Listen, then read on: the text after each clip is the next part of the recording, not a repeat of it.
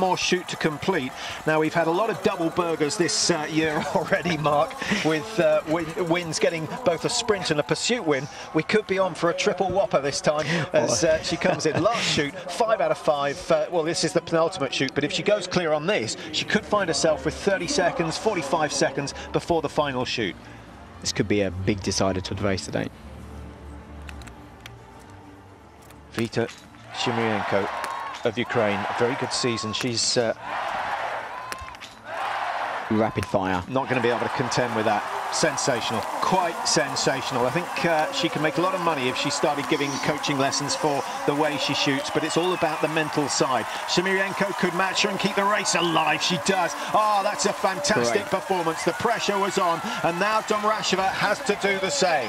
Starts in the middle, slightly different to many. It's an old school technique, and it hasn't worked on this occasion. 2 misses, 300 metres a penalty, and Domracheva's position on the podium is far from secure. Now, Grigorin, I'm not sure whether she's missed or whether she hit the target she wasn't aiming at. The wind looks pretty tough out there. Left to right, Berger had the best of the conditions. Andrea Henkel is just a little slower, a little more deliberate, and is she going to be a bit more successful as well? Yes, she is. 5 out of 5 for Henkel and Kuzmina. Beskonda's got the lot as well, and those three will certainly be challenging for a podium. Pigdrushna, perhaps the fastest of the chasers. Will Makarainen get herself back into the race, having missed early on? 4 out of 4, big shot for Makarainen. Down it goes, and she joins the chase for the podium. But really, the top spot today is all about Berger and Shimirienko. But things can change. Things can change. And if the pressure does finally get to either of those two, maybe it will be a French, the French team's chance to come through. As they say, Patrick, you can't decide anything till the fat lady's singing. I cannot see any fat ladies there. There's not a lot of... there's not a high percentage of body fat around. I guess the guys' body fat index of around, what, between 8 and 12%? Yeah, that's about right. So Berger, Shimirienko, Beskonda, the leading three. Berger with a 10-second lead over the Ukrainian, heading for the last shoot. She's out on her own once again. Tora Berger in sensational form. Is she heading for win number 11 of the season with 5 races still to go? If she can keep her fitness and keep her and remain or keep her health, I guess is the main risk, isn't it? As long as she doesn't get too close to Emil Hegler Svensson, who's been going down with throat problems over the last couple of weeks. I think Tora Berger could see it all the way through to Chianti Manzisk. Yeah, I mean, they're pushing themselves to the edge every race. So they're very conscious about not getting sick. They look after their bodies. They try to recover as much as possible. So we really want to see top form and good health all the way through the season. And Tora Berger's last shoot there, she went clean in 22.7 seconds. So not only is she woman on a mission, she's shooting like a machine gun.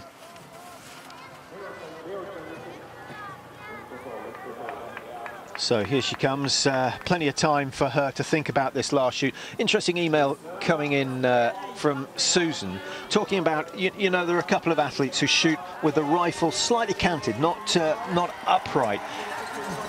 Did you ever experiment with that, or were you concerned about the way it affects your sighting? It makes changing the sights much more complicated. Well, if you're used to canting the weapon over, so it's leaning slightly over to one side, if you are consistent with that position every time and you know that works for you, it's possible to shoot very well like that. But if you start switching from straight and over to the side, then you're going to move your shooting around, and that's not good. Well, there you can see the time difference is 52 seconds now, the gap between first and third.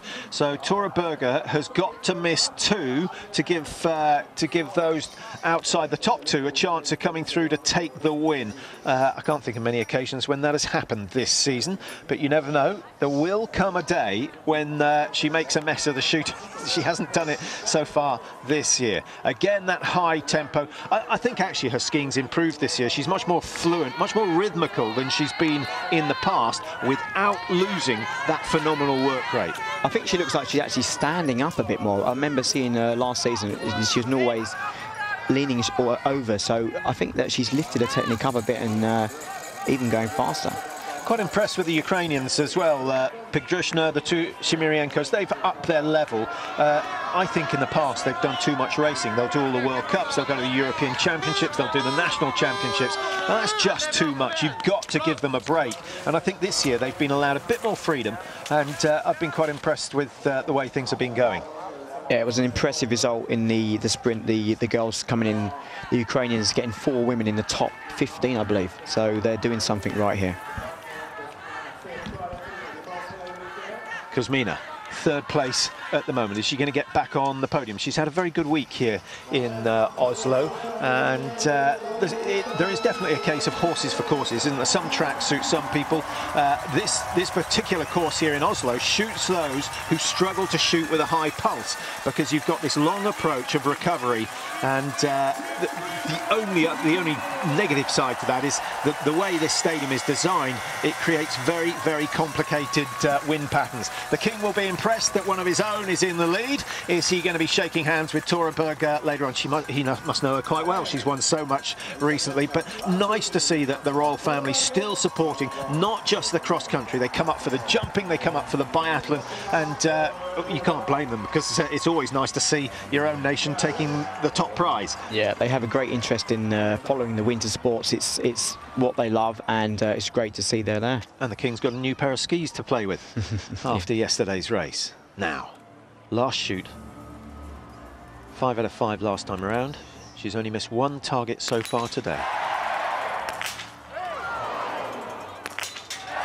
One more and the race is open. Whoa! You said it, Patrick. Wow, the pressure may be mounting, and it's home advantage proving to be a negative factor here in Oslo, and a real chance now for Vita Shimyryenko. If she hits 4, she's got a chance. If she hits 5, she should have a lead of 100 metres, but suddenly she's in a situation that she's not used to.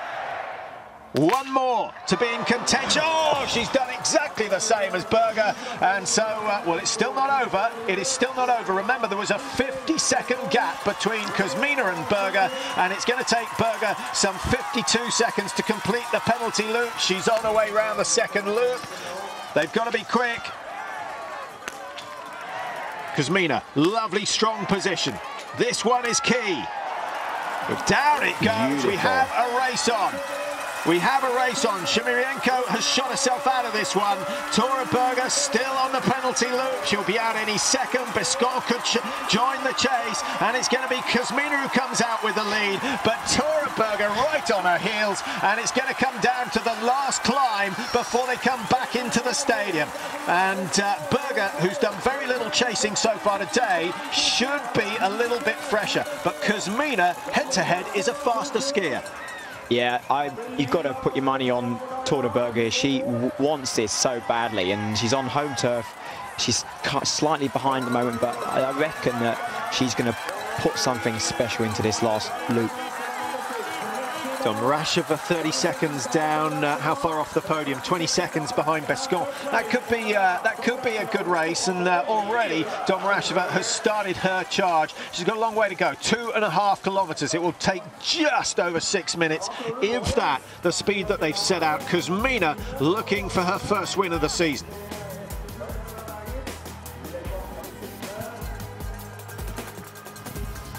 Now, that really does shake things up a little bit, Mark. Credit to Kuzmina. She knew exactly what the situation was. She saw Tora Berger's targets, and still she managed to hit all 5.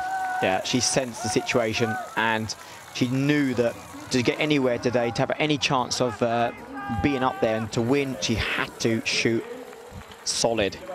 Well, I think she set off quite hard on this last lap. She's finished 3rd on 2 occasions here in Oslo. 3rd in the sprint, 3rd again in the pursuit yesterday, and now she's trying to change bronze into gold, and she's got just over 1.5 kilometers to hang on in top spot.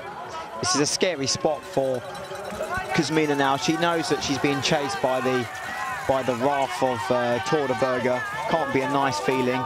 She just has to stay focused on doing her own thing and not look back.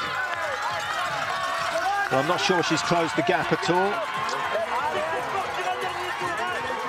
It's between 3 and 4 seconds, the margin. The crucial part of the course is the big climb that will start fairly shortly. But it doesn't go on forever. Tora Berger could do with getting right on the back of the skis at Kuzmina if she's going to challenge. France will be delighted with the way that Bescon, Anaïs Bescon has gone. She's having, I think this is going to be her best race of the season. She's ranked number 20 in the World Cup standings. She had an 8th earlier on in the season. That came in Oberhof in the sprint event there. So a PB for the season. Here comes Tora Berger. The work rate goes up as soon as she hits the climb, and now she's into the slipstream of Kuzmina. What will the tactics be? Well, she knows she's a monster up the hill, so I think that every little hill she's just going to try to edge forward just a little bit more. Well, she's not going to be patient, is she? She's going to make a move on this steepest climb of the whole course just before they hit the high point of the course. I'm not convinced this is the place to go, because if Kuzmina can accelerate over the top and get into the slipstream of Tora Berger, she might just recover enough to make a challenge on the last climb, but Berger's not going to give her too many opportunities. No. Oh, it's fantastic. Kuzmina there, she just looked a little bit empty on the top of that hill. We just could be she's put everything into the race up to now. She's just struggling to give anything else.